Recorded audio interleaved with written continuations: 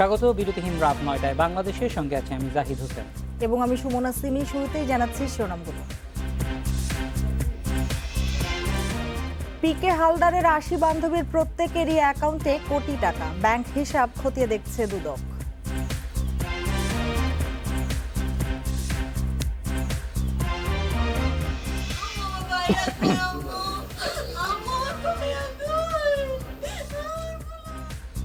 সম্পত্তির লোভে মিরপুরে ফুফাতো ভাইয়ের হাতে ১১ বছরের শিশু খুন, মূল অভিযুক্ত চাচা রনি পলাতক।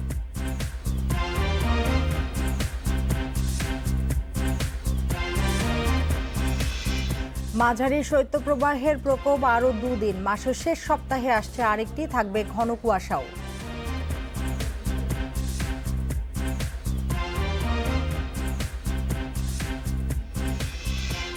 এতক্ষণ শিরোনামগুলো জানাচ্ছিলাম, এবার জানাবো পুরো খবর।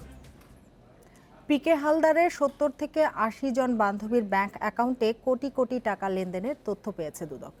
এসব ব্যাংক হিসাব খতিয়ে দেখা হবে বলে জানান দুদকের আইনজীবী খুরশিদ আলম খান।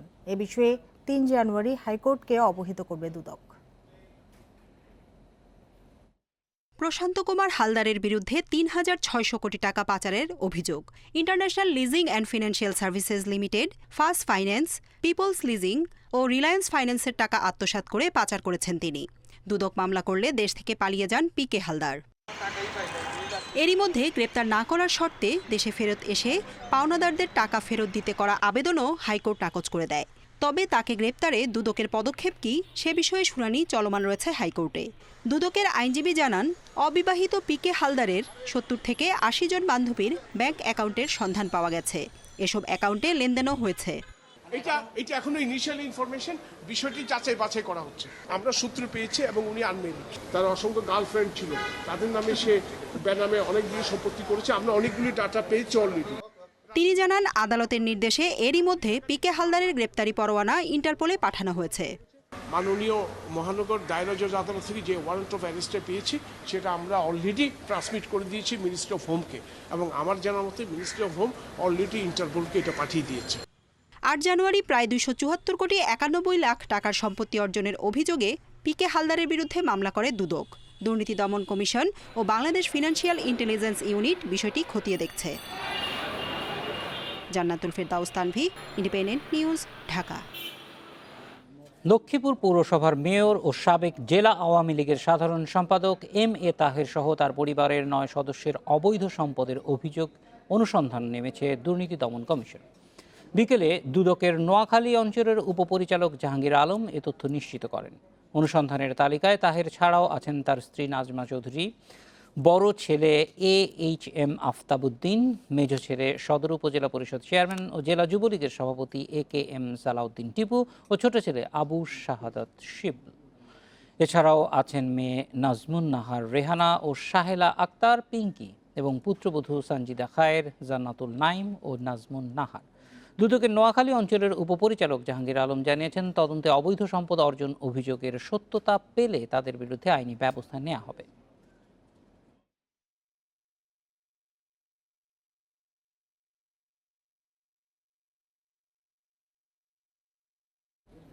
দশ বছর আগে রাজধানীর আদাবরে শিশু সামিউল আজিম ওয়াফিকে হত্যার দায়ে মা এশা ও তার প্রেমিক বাক্কুকে মৃত্যুদণ্ড দিয়েছে আদালত। ঢাকার বিশেষ জজ আদালত ৪-এর বিচারক শেখ নাজমুল আলম এ রায় ঘোষণা করেন। জামিন নিয়ে ২ আসামি পলাতক রয়েছে। রায়ে সন্তোষ জানিয়েছেন রাষ্ট্রপক্ষের আইনজীবী মোহাম্মদ ফারুকুজ্জামান। রাজধানীর আদাবরে নবোদয় হাউজিংয়ে ২০১০ সালে ৫ বছর বয়সী শিশু সামিউল আজিম ওয়াফিকে হত্যা করা হয়। মামলার সংক্ষিপ্ত বিবরণে দেখা যায়, ওই বছরের ২৩ জুন মা আয়েশা ওরফে এশা ও তার প্রেমিক শামসুজ্জামান বাক্কুর অনৈতিক কর্মকাণ্ড দেখে ফেলে শিশু সামিউল। সে বাবাকে ঘটনাটি জানানোর কথা বললে তাকে শ্বাসরোধ করে হত্যা করে বাক্কু ও এশা। মরদেহ ফ্রিজে রেখে দেয়া হয়। পরদিন তার বস্তাবন্দি মরদেহ বাসার কাছে রাস্তা থেকে উদ্ধার করা হয়। এ ঘটনায় তার বাবা বাদী হয়ে মামলা করেন। ২০১২ সালে শিশুটির মা এশা ও বাক্কুর বিরুদ্ধে অভিযোগ গঠন করা হয়। মামলা চলাকালেই ২০১৫ সালে মারা যান বাদী ও শিশুটির বাবা কে.আর. আজম। গত ২৩ নভেম্বর এ মামলার যুক্তিতর্ক শেষে রায়ের দিন নির্ধারণ করা হয়। দুপুরে রায়ে ২ আসামিকেই মৃত্যুদণ্ড দেয় বিশেষ জজ আদালত।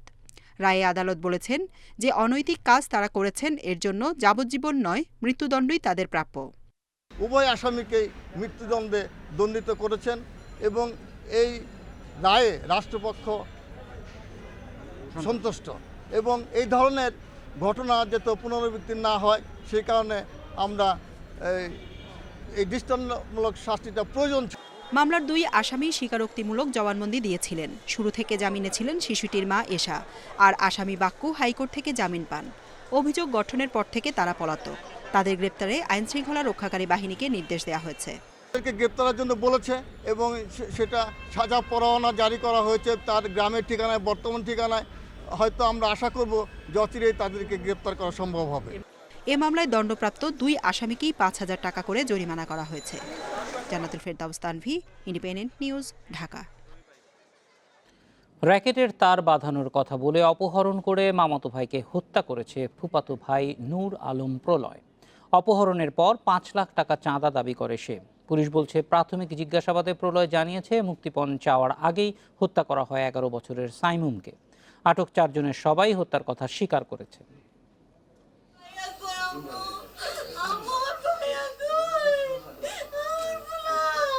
সন্তানহারা মায়ের কান্না, অশ্রুসিক্ত চোখ যেন খুঁজে ফিরছে নারী ছেঁড়া ধন। ছোট্ট সাইমুমের শত আবদার আর স্বপ্নগুলো আজ শুধুই স্মৃতি, যার শুরুটা 17 ডিসেম্বর মিরপুর থেকে সাইমুম নিখোঁজের পর। মুক্তিপণের দাবিতে আসে ফোন কল। নিখোঁজের তৃতীয় দিন 19 ডিসেম্বর সকাল 9টার দিকে শাহালি মার্কেটের 13 তলা থেকে সাইমুমের মরদেহ উদ্ধার করে পুলিশ। জন্মের 2 বছর পর সাইমুমের বাবা আনোয়ার হোসেন মারা যান। এরপর মা রূপা বেগম দেশে ফিরে বিয়ে করেন।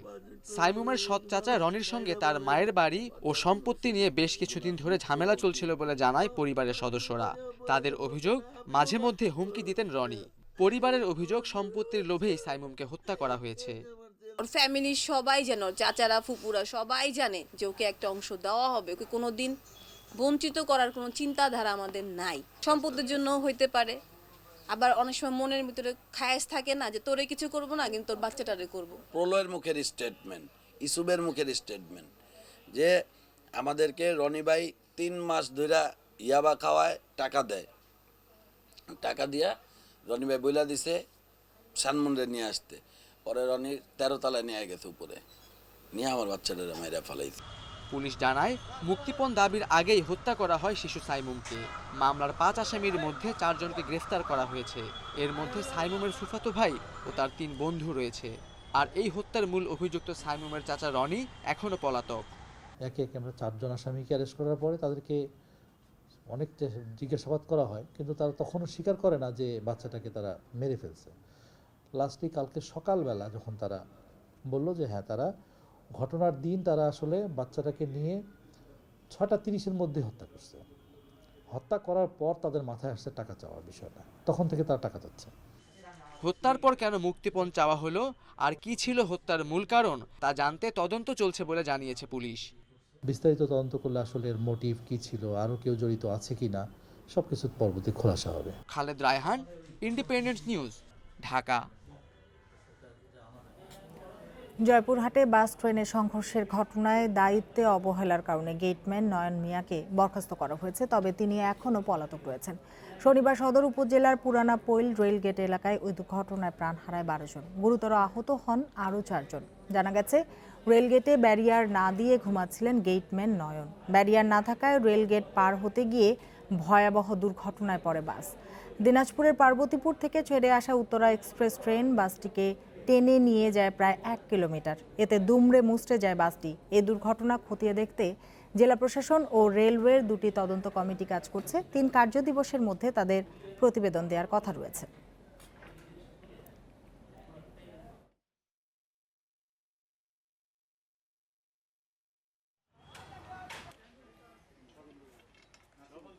তদন্তের অংশ হিসেবে আমরা এখানে বিভিন্ন সাক্ষী, বিভিন্ন প্রত্যক্ষদর্শী এবং অন্যান্য যে আলামতগুলো আছে সেই সমস্ত বিষয়গুলো তদন্ত করছি। আমাদের আগামী 3 কার্যদিবসের মধ্যে তদন্তের বিষয়টি জানিয়ে দেওয়া হবে আমাদের ঊর্ধ্বতন কর্তৃপক্ষের কাছে। বুড়িগঙ্গার তীরে উচ্ছেদ অভিযান চালালেই আলোচনায় আসে হাজি সেলিমের প্রতিষ্ঠান। রোববারও টের পেয়ে সরে যায় মদিনা মেরিটাইম। নদীর তীর দখল করে পাথরের ব্যবসা করে যাচ্ছিল প্রতিষ্ঠানটি। তবে রেহাই পায়নি কেরানীগঞ্জের চরমৌজার বেশ কিছু স্থাপনা। গুড়িয়ে দেওয়া হয়েছে 36টি ছোট বড় স্থাপনা, দখলমুক্ত হয়েছে 1 একর তীরভূমি। বুড়িগঙ্গার কেরানীগঞ্জের মধ্যের চরমৌজা সম্প্রতি জাতীয় নদী রক্ষা কমিশন ও জেলা প্রশাসন সহ 8টি সরকারি সংস্থা মিলে যৌথ জরিপ করে চিহ্নিত করেছে নদীর তীরভূমি। পরে জরিপ অনুযায়ী বুড়িগঙ্গার তীর রক্ষায় সীমানা পিলার স্থাপন করে বিআইডব্লিউটিএ। এরপর উচ্ছেদ শুরু করে সীমানা পিলারের মধ্যে থাকা অবৈধ স্থাপনা। তবে স্থানীয়দের দাবি আরএস ও সিএর জরিপ অনুযায়ী জমির মালিক হওয়া সত্ত্বেও স্থাপনা ভেঙে দেওয়া হয়েছে। খাজনা পরিশোধের পরও জোরপূর্বক সরিয়ে দেওয়া হয়েছে, তাই ক্ষতিপূরণ চায় ভুক্তভোগীরা।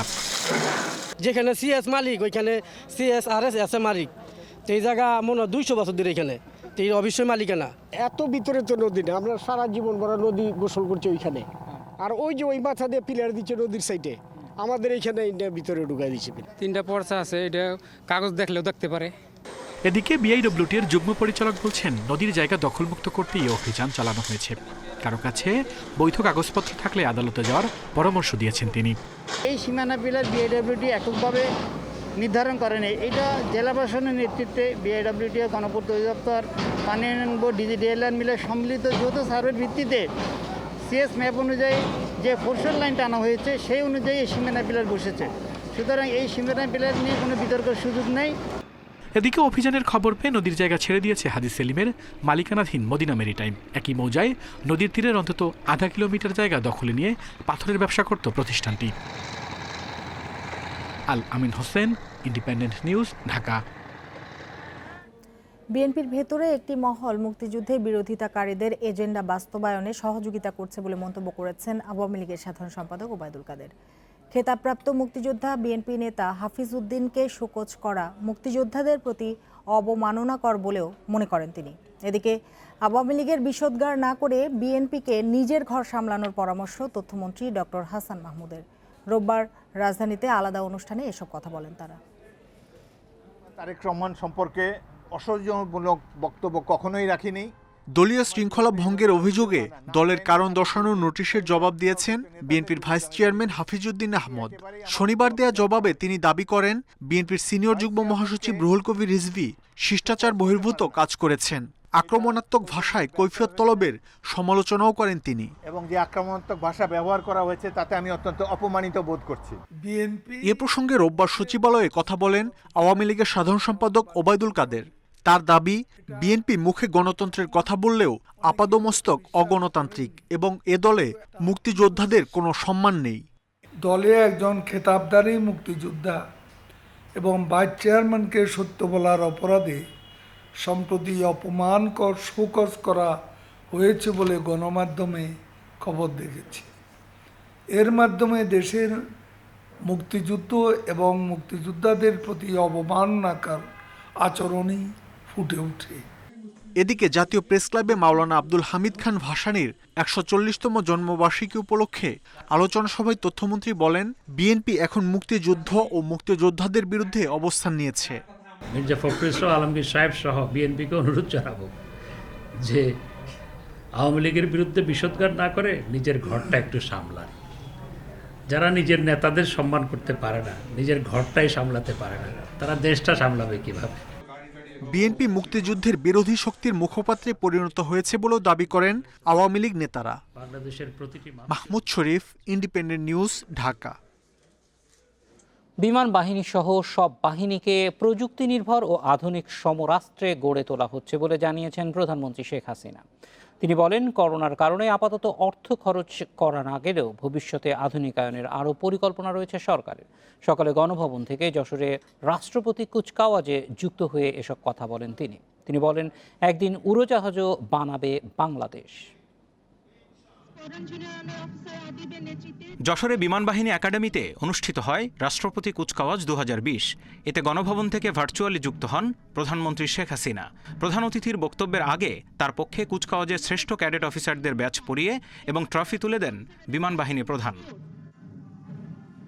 প্রধানমন্ত্রী বলেন ১৯৭৪ সালে বঙ্গবন্ধুর করা প্রতিরক্ষা নীতিমালার উপর ভিত্তি করেই প্রযুক্তিসম্পন্ন ও আধুনিক করা হচ্ছে সশস্ত্র বাহিনীকে।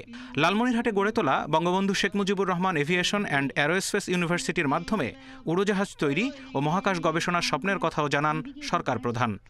ফোর্সেস গোল 2030 বাস্তবায়নের লক্ষ্যে বিমান বাহিনীকে উন্নত আধুনিকায়নে ভবিষ্যতে আরও আধুনিক উচ্চ ক্ষমতা সম্পন্ন যুদ্ধ বিমান অন্যান্য সরঞ্জামাদি ক্রয়েরও কার্যক্রম প্রক্রিয়াধীন আছে। তবে করোনা ভাইরাসের কারণে কোভিড-19 কারণে আমরা হয়তো এখন তেমন অর্থ ব্যয় করতে পারছি না। হয়তো একদিন আমরা এই বাংলাদেশে যুদ্ধ বিমান, পরিবহন বিমান, হেলিকপ্টার তৈরিও করতে পারবো ইনশাল্লাহ। আর তাছাড়া আমরা মহাকাশে বিজ্ঞান চর্চা করা, হয়তো একদিন আমরা মহাকাশে পৌঁছেও যেতে পারি।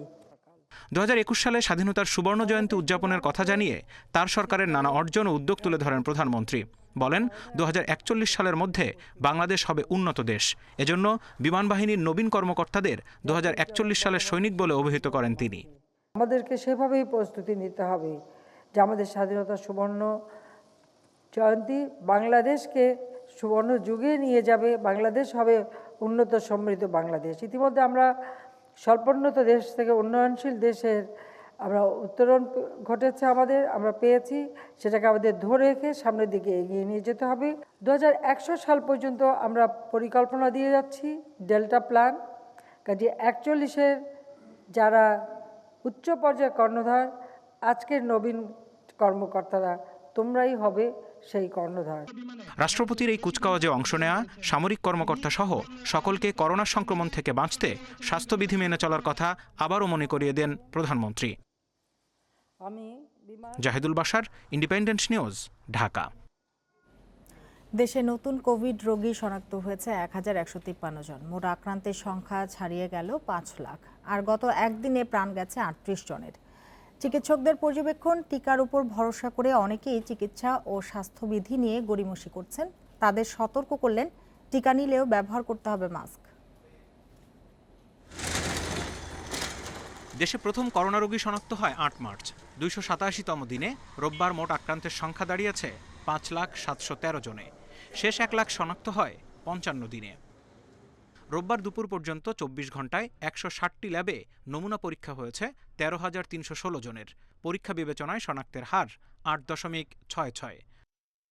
মৃত্যু হয়েছে আরও ৩০ পুরুষ ও ৮ নারীর। এ নিয়ে মোট প্রাণহানি ৭,২৮০ জন। চিকিৎসকরা বলছেন, ভ্যাকসিনের আশায় স্বাস্থ্য সুরক্ষায় কোনো ঢিলেমি করা যাবে না। টিকা আসছে এটা জেনেও কিন্তু অনেকে ঢিলেঢালা ভাব দেখাচ্ছেন। টিকা আসার আগ পর্যন্ত তো আমাদেরকে অবশ্যই স্বাস্থ্যবিধি মেনে চলতে হবে। যারা শনাক্ত হচ্ছেন তাদেরকে আইসোলেশনে যেতে হবে, তাদের যথাসময় চিকিৎসার ব্যবস্থা করতে হবে, না হলে কিন্তু আমরা ক্ষয়ক্ষতি কমাতে পারবো না। তিনি বলেন, করোনার উদ্ভাবিত কোনো টিকাই শতভাগ কার্যকর নয়। আগামীতে টিকা গ্রহণকারীদেরও স্বাস্থ্যবিধি মানতে হবে। টিকার যে পরীক্ষা সেটা অন্তত পক্ষে 2 বছর পার না হলে বলা যাবে না কতদিন এটি কার্যকরী থাকবে। কাজেই আপনি যখন টিকা নিয়েছেন তারপরে যে কোনো মুহূর্তে আপনার শরীরের থেকে রোগ প্রতিরোধ ক্ষমতাটা দুর্বল হয়ে পড়তে পারে, আপনি আবারও আক্রান্ত হওয়ার আশঙ্কায় থাকবেন। যদিও দ্বিতীয়বার তৃতীয়বার আক্রান্ত হওয়ার ঘটনা খুবই কম, তারপরেও সেই খুবই কমের ভিতরে কিন্তু আপনিও পড়ে যেতে পারেন। কাজে টিকা আবিষ্কার হওয়ার আগে, টিকা প্রয়োগ করার পরে সব সময় আমাদেরকে বাইরে গেলে মাস্ক পরতে হবে। স্বাস্থ্য অধিদপ্তরের বিজ্ঞপ্তি অনুযায়ী একদিনে নতুন করে সুস্থ হয়েছেন ১,৯২৬ জন। মোট সুস্থ ৪,৩৭,৫২৭ জন। Zahidul Bashar, Independent News, Dhaka. সারা দেশে চলমান মাঝারি শৈত্যপ্রবাহ চলবে আরও 2 দিন। মাসের শেষ সপ্তাহে আসছে আরেকটি শৈত্যপ্রবাহ। এছাড়া আগামী কয়েকদিন ঘন কুয়াশার আভাসও দিয়েছে আবহাওয়া অফিস।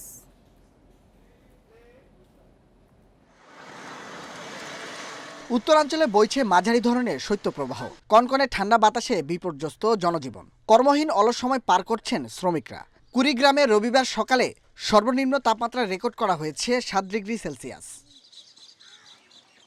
শীতে দুর্ভোগে পড়েছে বস্তি, চরাঞ্চল ও নদ নদী তীরবর্তী এলাকার হতদরিদ্র মানুষ। পঞ্চগড়ে রোববার সকালে সর্বনিম্ন 7 ডিগ্রি সেলসিয়াস তাপমাত্রা রেকর্ড করেছে তেঁতুলিয়া আবহাওয়া অফিস।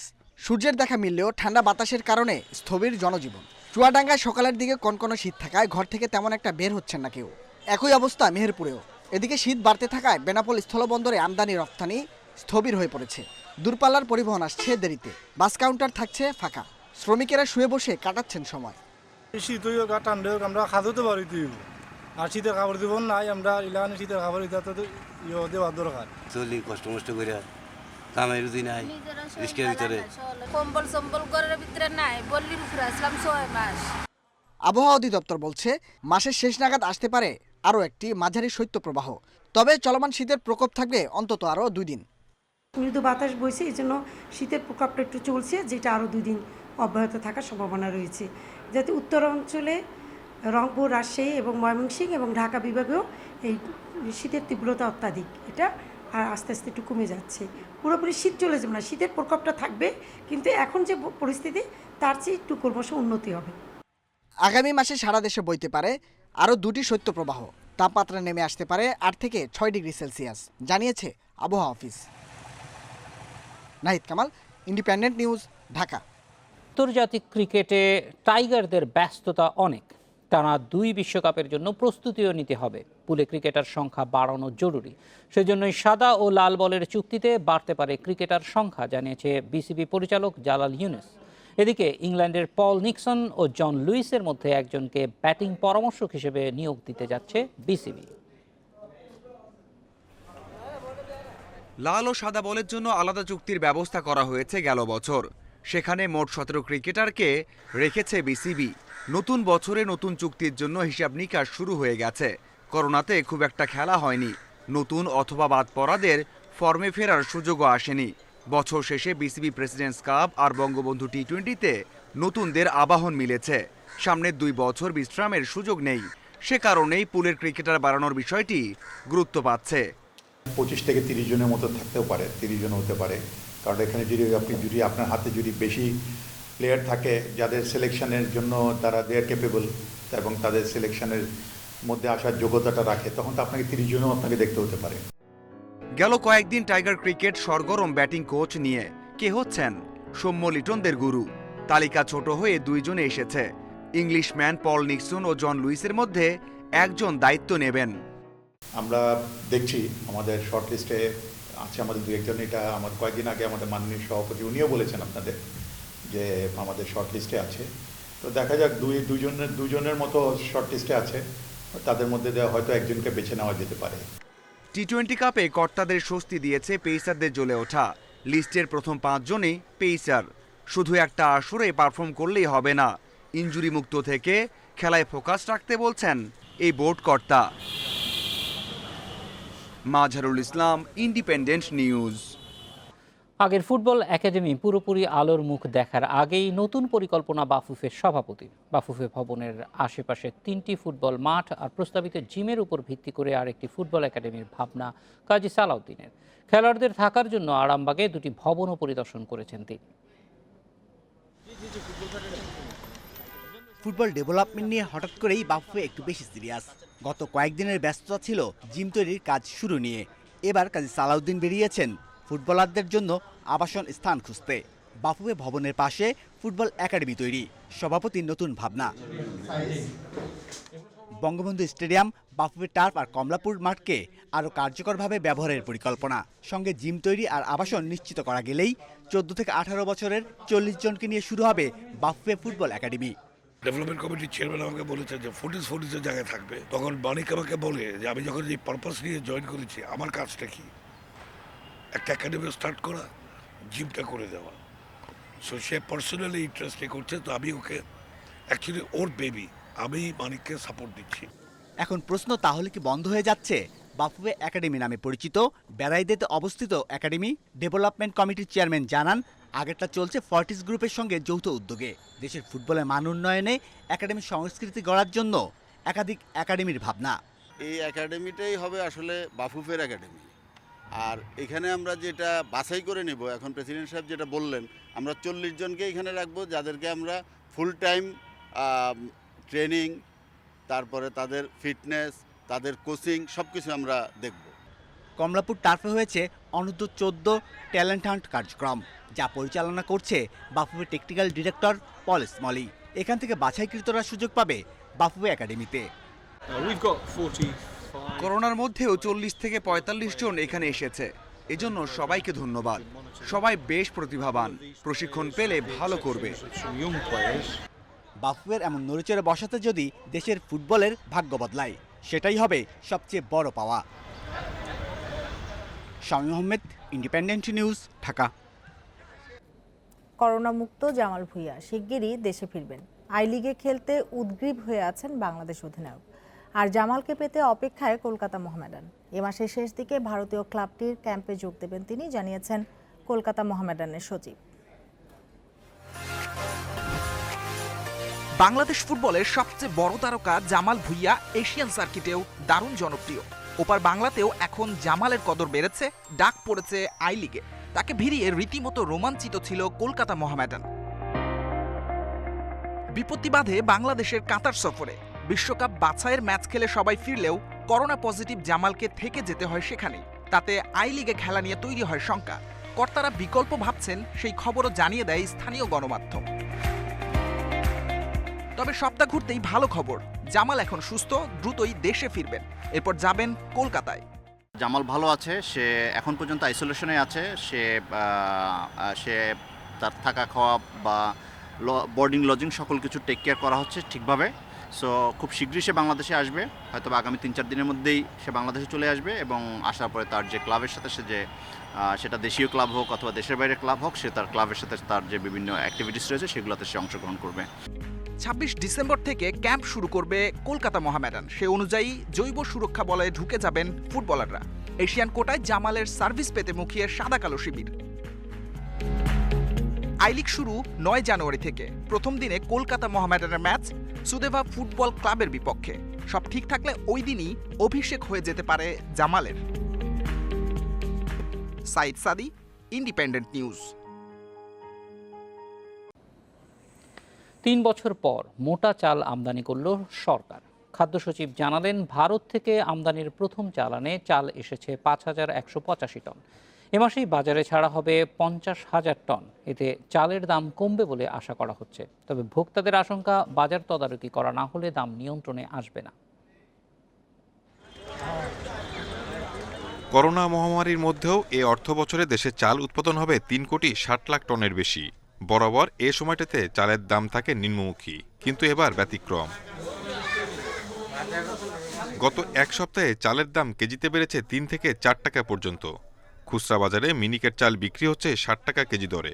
মোটা 28 জাতের চালের কেজি 50 থেকে 53 টাকা। টিসিবির হিসাবে এক মাসে দাম বেড়েছে প্রায় 7 ভাগ। ভরা মৌসুমে চালের এ দাম অযৌক্তিক বলছেন ক্রেতা ও খুচরা বিক্রেতারা। 20 থেকে 25 দিনের মধ্যে প্রতি বস্তা চালে তারা প্রায় 2 থেকে 250 টাকা বাড়াইছে। কি বলবো, আর বলার কিছু নাই। মানে না খেয়েও পারতেছি না, না খাইতে গেলেও মানে সমস্যা হইতেছে। চাউলের দাম বাড়তি, সব জিনিসের দামই বাড়তি। এছাড়া করোনা ও বন্যায় অনেক বেশি চাল সহায়তা দেয়ায় কমেছে সরকারের মজুতও। তাই চালের দাম নিয়ন্ত্রণে কয়েক ধাপে 3 লাখ টন চাল আমদানির সিদ্ধান্ত নিয়েছে সরকার। খাদ্য সচিব জানান, শনিবার চট্টগ্রাম বন্দরে পৌঁছেছে প্রথম চালান, বাকিটা আসবে এ মাসেই। এটা হলো ফার্স্ট শিপমেন্ট আর কি। 29 তারিখে আরেকটা আসবে। এভাবে করা আছে। প্রথম যে একটা মানে প্রথম প্যাকেজ যেটা আমরা কিনছি সেটা এই ডিসেম্বরের মধ্যে প্রায় এসে যাচ্ছে। 5,000 কতজন 5,185 মেট্রিক টন ডিসেম্বরের মধ্যে, যেহেতু আমাদের আমদানি শুরু হয়ে গেছে এবং আমরাও বিতরণটাও শুরু করবো জোরালো ভাবে। ফলে আমি আশা করছি যে জানুয়ারির প্রথম দিক থেকেই দাম কমা শুরু হয়ে যাবে। খাদ্য মন্ত্রণালয়ের সবশেষ তথ্য মতে দেশে সরকারি গুদামে চালের মজুত রয়েছে 7,68,000 ton. Shahid Ahmed, Independent News, Dhaka. Online কেনাকাটায় প্রতারক চক্রের নতুন ফাঁদ এখন কুরিয়ার সার্ভিস। শর্ত সাপেক্ষে পণ্য সরবরাহের নামে প্রতারণা করে হাতিয়ে নিচ্ছে কোটি কোটি টাকা। পুলিশ বলছে, ই কমার্স প্রতারণা রোধে প্রয়োজন একটি আলাদা নিয়ন্ত্রণ সংস্থা। আর ইক্যাব বলছে, ভুইফোর প্রতিষ্ঠানকে আইনের আওতায় আনতে সম্মিলিত উদ্যোগের বিকল্প নেই। জাতীয় বিশ্ববিদ্যালয়ের 2য় বর্ষের শিক্ষার্থী রাকিবুল ইসলাম ফেসবুকে চটাকদার বিজ্ঞাপন দেখে শখের মোবাইল ফোনটি কিনতে আগ্রহী হন। শর্ত, প্যাকেট খোলার আগেই পরিশোধ করতে হবে দাম। করেছেন তাই, কিন্তু প্রতারিত হয়ে শখের মুঠোফোনটি হাতে নিতে পারেননি। এমন প্রতারণার বলি তার মতো আরো অনেকেই। কুরিয়ার সার্ভিসের মাধ্যমে এটা নিয়েছিলাম, তো নেওয়ার টাকা পেমেন্ট করার পরে আমাকে প্রোডাক্ট দেওয়া হয়েছে। তো প্রোডাক্টটা প্যাকেজিং করা ছিল, তো প্যাকেজিং খোলার পরে আমি দেখি এরকম একদম নর্মাল সিট দেওয়া হয়েছে আমাকে। কুরিয়ার থেকে একটা প্রোডাক্ট অর্ডার করেছিলাম, সেখানে বিকাশে টাকা পাঠিয়েছিলাম এবং তারপর থেকে তারা আমাদেরকে একটা বিকাশের একটা কুরিয়ারের একটা ফেক বিল কিন্তু তারা আমাদেরকে সাবমিট করে। এই ক্ষেত্রে আমি বলবো অবশ্যই কুরিয়ারগুলোকে যেন তারা চেক অ্যান্ড ক্যাশ অন ডেলিভারির একটা প্রসেস করেন। এমন ঘটনা অহরহ ঘটলেও অনেকটাই উদাসীন কুরিয়ার সার্ভিস কর্তৃপক্ষ, সমাধানে দিতে পারেননি কোনো সদুত্তর। কিন্তু আমাদের এর বাইরে এটা আমাদের মনে করেন আমাদের সেকশন প্রধান আছেন, ম্যানেজার আছেন, ওনার বরাবর আমরা পাঠাই। তো যেহেতু উনি অনলাইনে কিনতেছে, ওই ক্ষেত্রে ওনার দেখে নেওয়াই উচিত। ব্যবসায়ী প্রতারগত কাজে এটা, সেক্ষেত্রে আমাদের বা গ্রাহকরাই বেশি দায়বদ্ধ এটার জন্য। কন্ডিশনের মাধ্যমে কুরিয়ার সার্ভিস থেকে পণ্য সংগ্রহের ক্ষেত্রে পুরো টাকা পরিশোধ করেই পণ্য নিতে হয় গ্রাহককে। এক্ষেত্রে গ্রাহক কোনোভাবে প্রতারিত হলে টাকা ফেরত নেওয়ার সুযোগ তো থাকছে না অভিযোগের সুযোগও। আর এই সুযোগকে কাজে লাগিয়ে লাখ লাখ টাকা হাতিয়ে নিচ্ছে প্রতারক চক্র। ফেসবুকে শত শত ভুয়া পেজ খুলে চালাচ্ছে প্রতারণার নানা কূটকৌশল। মাঝে মধ্যে আইনশৃঙ্খলা বাহিনীর হাতে কেউ গ্রেপ্তার হলেও এর একটি বড় অংশ ধরাছোঁয়ার বাইরে। তারা খুব সুন্দর সুন্দর বিজ্ঞাপনের মাধ্যমে অনলাইনে এই ক্রেতাদেরকে আকৃষ্ট করে। কন্ডিশনে আসলে তখন তারা এই মালামাল পরিবহন করে। আমরা সবগুলি নিয়েই খতিয়ে দেখব, তারপরে যার যা লায়াবিলিটিস সেটা আমরা তদন্তে উঠে আসবে। এই ধরনের প্রতারণা যদি আরও কোনো ধরনের সুযোগ হয়, মানে কেউ করে, তাহলে তাদের বিরুদ্ধে আমরা ব্যবস্থা নিব। ভোগান্তির কথা স্বীকারও করেছেন e commerce association of Bangladesh, e-CAB. প্রতারণা রোধে সম্মিলিত উদ্যোগের তাগিদ সংস্থাটির। অনেকেই দেখা যায় যে তারা তাদের নিজস্ব ডেলিভারি সিস্টেম ব্যবহার করে ডেলিভারি করছে এবং মানুষকে রাইট টাইমে প্রোডাক্ট দিচ্ছে না, যে প্রোডাক্ট দেওয়ার কথা সেই প্রোডাক্টটা মানুষজন পাচ্ছে না, আগেই টাকা নিয়ে নিচ্ছে, ক্রেতারাও এই ক্ষেত্রে অনেক ভুক্তভোগী শিকার হচ্ছে। তো এই বিষয়গুলো আসলে আমরা ই কমার্স অ্যাসোসিয়েশন থেকে আমরা বিবেচনার মধ্যে নিয়েছি। আমরা গভর্নমেন্টের সাথে, বাণিজ্য মন্ত্রণালয়ের সাথে একটি পলিসি নিয়ে কাজ করছি। দেশে বর্তমানে প্রায় 1500 কোম্পানি ইক্যাবের তালিকাভুক্ত। এর বাইরে নামে বেনামে শত শত প্রতিষ্ঠান প্রতিনিয়ত নানাভাবে প্রতারিত করছে গ্রাহকদের। এদের বিরুদ্ধে দ্রুত পদক্ষেপ নেওয়ার পরামর্শ বিশেষজ্ঞদের। Nahid Kamal, independent News, Dhaka. স্বল্পোন্নত থেকে উন্নয়নশীল দেশে উন্নীত হলে আন্তর্জাতিক বাজারে 10% শুল্কমুক্ত সুবিধা হারাবে Bangladesh. Research and policy integration for development এক গবেষণায় বলছে, রপ্তানিতে খরচ কমানো সহ বিনিময় মূল্য সমন্বয়ের মাধ্যমে এই ঘাটতি পূরণ করা সম্ভব। ধাক্কা সামলাতে শুল্কমুক্ত সুবিধার মেয়াদ বাড়ানোর জন্য এখনই ক্রেতা দেশগুলোর সাথে আলোচনার পরামর্শ দিচ্ছে গবেষণা প্রতিষ্ঠানটি। রোববার ইকোনমিক রিপোর্টার্স ফোরামের ভার্চুয়াল আলোচনায় তাদের এ প্রতিবেদন তুলে ধরা হয়। দেশের মোট রপ্তানির 60% যায় ইউরোপের 28টি দেশে। স্বল্প উন্নত দেশ হিসেবে ইউরোপে পণ্য রপ্তানিতে এখন কোনো শুল্ক দিতে হয় না বাংলাদেশকে। তবে স্বল্প উন্নত থেকে উন্নয়নশীল দেশে উন্নীত হলে 2027 সাল থেকে এ বাজারে 9 ভাগের বেশি শুল্ক দিতে হবে। পাশাপাশি শুল্ক আরোপ হবে কানাডা, জাপান, চীন সহ অন্যান্য দেশে। ভারত আর জাপানেও নতুন শুল্ক হার হবে গড়ে 8 ভাগের বেশি। এই মার্কিন যুক্তরাষ্ট্রের বাজারে কিন্তু ভিয়েতনাম, বাংলাদেশ কেউই শুল্ক মুক্ত সুবিধা পায় না। কাজে মার্কিন যুক্তরাষ্ট্রের বাজার যদি গ্লোবাল ইকোনমির রিফ্লেকশন হয়, তাহলে হয়তো আমাদের একটু চিন্তার কারণ আছে যে শুল্ক মুক্ত সুবিধা না পেলে আমাদের থেকে কিন্তু অন্য দেশ অনেক কম্পিটিটিভ হতে পারে। এই পরিস্থিতিতে আন্তর্জাতিক বাজারে প্রতিযোগিতায় টিকে থাকতে এখনই ক্রেতা দেশগুলোর সাথে বাণিজ্য সুবিধা নিয়ে কূটনৈতিক আলোচনার পরামর্শ দেওয়া হয় আলোচনায়। শুল্কমুক্ত সুবিধার মেয়াদ বাড়ানো সহ নতুন বাণিজ্য চুক্তির কথাও বলেন বিশ্লেষকরা। বাণিজ্য মন্ত্রণালয়ের পক্ষ থেকে জানানো হয়, এরই মধ্যে এই বিষয়ে উদ্যোগ নেওয়া হয়েছে। জানুয়ারিতে এমন একটি চুক্তি হবে নেপালের সঙ্গে। ইউরোপীয় ইউনিয়নের 2023 পরবর্তী জিএসপি পলিসিতে ইবিএ সহ আমাদের বৈদেশিক বাণিজ্যের অনুকূল অন্যান্য বিধান অন্তর্ভুক্ত লক্ষ্যে আলোচনায় বিনিয়োগ উন্নয়ন কর্তৃপক্ষ বিডার নির্বাহী চেয়ারম্যান জানান, উন্নয়নশীল দেশে উন্নীত হলে বিদেশি বিনিয়োগ আরও বাড়বে। এক্ষেত্রে শুধু পণ্য রপ্তানির ওপর নির্ভরশীল না হয়ে সেবা খাতে রপ্তানি বাড়ানোর উদ্যোগ নিতে হবে। এই এফিসিয়েন্সি বাড়ানোর জন্য আমাদের যে হিউম্যান রিসোর্স যেগুলো আছে, আমাদের হিউম্যান রিসোর্স ডেভেলপমেন্ট আসলে করতে হবে। হিউম্যান রিসোর্স ডেভেলপমেন্ট না হলে পরে যেটি তিনি বললেন যে টেকনোলজিক্যাল ডেভেলপমেন্ট নিয়ে আসা হবে, টেকনোলজি নিয়ে হবে, সেই ক্ষেত্রে আবার আপনার আমাদের যে এমপ্লয়মেন্ট সেটি কমে যাবে। বিশ্ব বাণিজ্য সংস্থার নীতি অনুযায়ী উন্নয়নশীল দেশে উন্নীত হলে বাংলাদেশ এখন প্রতি বছর রপ্তানির বিপরীতে উদ্যোক্তাদের যে $56 কোটি প্রণোদনা দেয় তা বন্ধ করে দিতে হবে। পরিবর্তিত পরিস্থিতিতে তাদের এই সুবিধা কিভাবে দিতে হবে তাও নতুন করে ভাবতে সরকারকে তাগিদ দেয়া হয় আলোচনায়। ইফাতারা, ইন্ডিপেন্ডেন্ট নিউজ। গ্রাহকদের টিভি দেখার অভিজ্ঞতা বদলে দিতে নতুন উদ্যোগ নিয়েছে আকাশ ডিটিএইচ ও ওয়ালটন। এখন থেকে ওয়ালটনের নতুন টিভি কিনলে 10% ছাড়ে আকাশ ডিটিএইচ সংযোগ নিতে পারবেন গ্রাহকেরা। আগামী 31 জানুয়ারি পর্যন্ত থাকবে এই সুযোগ।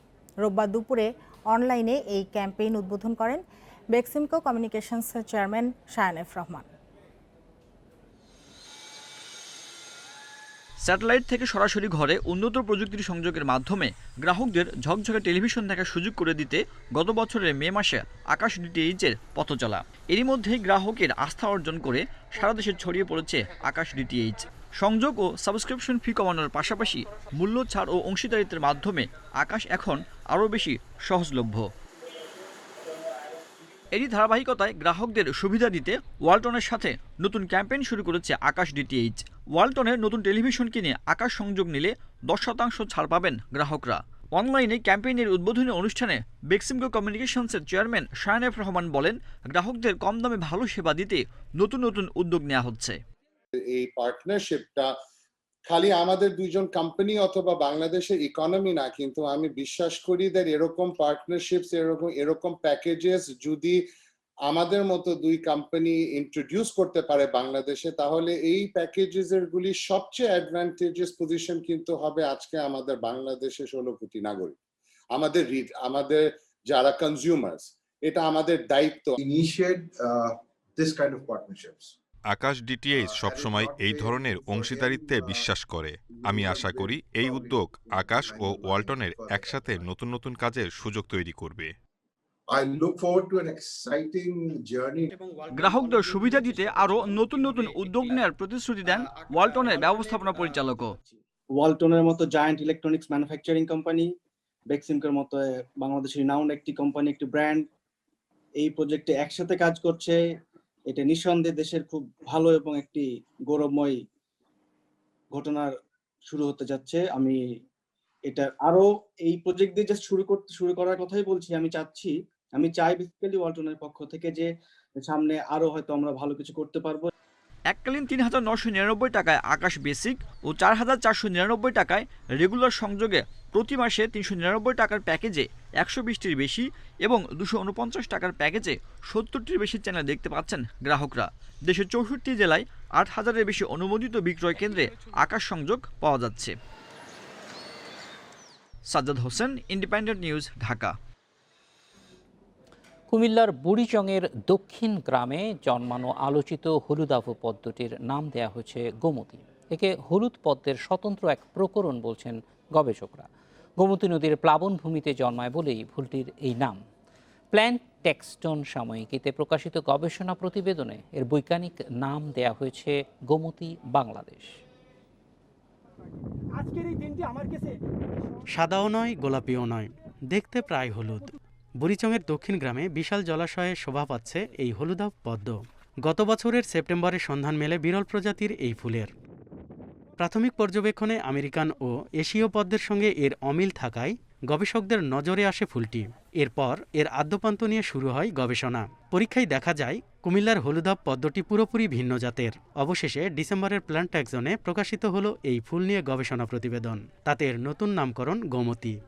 এটি অ্যাকচুয়ালি নীলাম্ব নিউসিফেরা, যা হলুদ পদ্মের বৈজ্ঞানিক নাম, এবং এই প্রজাতি হিসাবে নীলাম্ব নিউসিফেরা, কিন্তু যখন এটা প্রকরণ হবে তখন তার সাথে গোমতী এবং বাংলাদেশ যুক্ত হবে। গবেষকরা জানিয়েছেন এশীয় পদ্মের বৈজ্ঞানিক নাম নীলম্ব নিউসিফেরা, আর কুমিল্লার গোমতী নদীর প্লাবনভূমিতে জন্মানো হলুদাভ এই পদ্মের বৈজ্ঞানিক নাম দেয়া হয়েছে গোমতী বাংলাদেশ। ওনারা মিলে গবেষণার মাধ্যমে বের করেছেন যে এই হলুদ পদ্মটা একটা প্রকরণ, নীলাম্ব নিউসিফেরা যেটা পদ্মের বৈজ্ঞানিক নাম, সে পদ্মের একটা প্রকরণ, এটা কিন্তু কোনো নতুন প্রজাতি না। একটি ফুলের বৈজ্ঞানিক নামের সঙ্গে কুমিল্লার নাম যুক্ত হওয়ায় খুশি স্থানীয়রা। এই পদ্মের উৎপাদন বাড়ানো এবং বুড়িচংয়ের দক্ষিণ গ্রামে ওই বিলটি সংরক্ষণের দাবি তাদের। এখন এই পদ্ম ফুলের সাথে কুমিল্লা সারা বিশ্বে ব্র্যান্ডিং হবে। ভবিষ্যৎ দলকে আমরা ধন্যবাদ জানাই এত সুন্দর একটি নাম দেওয়ার জন্য। বাঁশ অথবা কিছু দিয়ে নৌকা চলাচলের ব্যবস্থা করে দিতে হবে, যেন পদ্ম মধ্যে নৌকা না ঢুকতে পারে, তাইলে পদ্ম থাকবে, মানুষও দেখবে। ঢাকা বিশ্ববিদ্যালয়ের উদ্ভিদ বিজ্ঞান বিভাগের সাবেক অধ্যাপক আবুল হাসানের নেতৃত্বে নতুন এই পদ্ম নিয়ে গবেষণা করেছেন অধ্যাপক আল মুজাদ্দেদ আল ফাসানি ও অধ্যাপক জসিমউদ্দিন। দুর্লভ এই ফুল নিয়ে গবেষণার আগ্রহ দেখিয়েছে যুক্তরাষ্ট্রের হার্ভার্ড বিশ্ববিদ্যালয়। Independent news desk. এই ছিল বিরতিহীন রাত 9টায় বাংলাদেশে। ইন্ডিপেন্ডেন্ট টেলিভিশনের সব খবর আরো বিস্তারিত জানতে চোখ রাখুন ফেসবুক, ইউটিউব এবং টুইটারে। ধন্যবাদ সবাইকে।